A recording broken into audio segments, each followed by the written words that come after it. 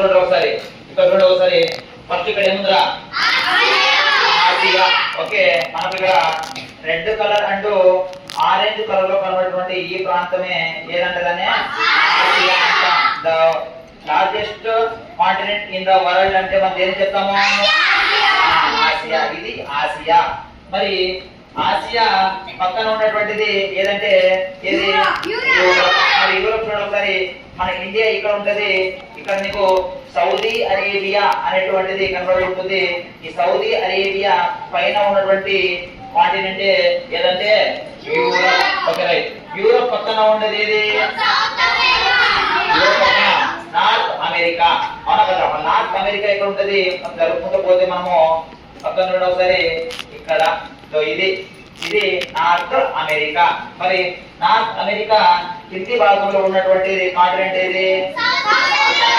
చూడండి ఒకసారి. ఇక్కడ తిప్పితే ఇక్కడ గ్రీన్ కలర్ కనబడుతున్నటువంటి ప్రాంతం కాంటినెంట్ ఏదంటే సౌత్ అమెరికా.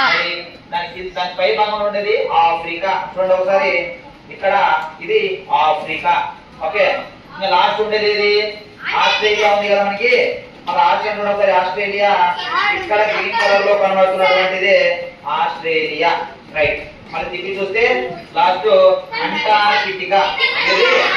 అంటార్కిటికా. అంటార్కిటికా ఎక్కడ ఉంది? తిప్పి చూస్తే ఇక్కడ చూడండి కింద వచ్చిందా?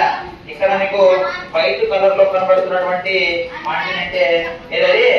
అంటార్కిటికా. మరి the largest continent in the world అంటే ఏం చెప్తాం మనము? ఆసియా.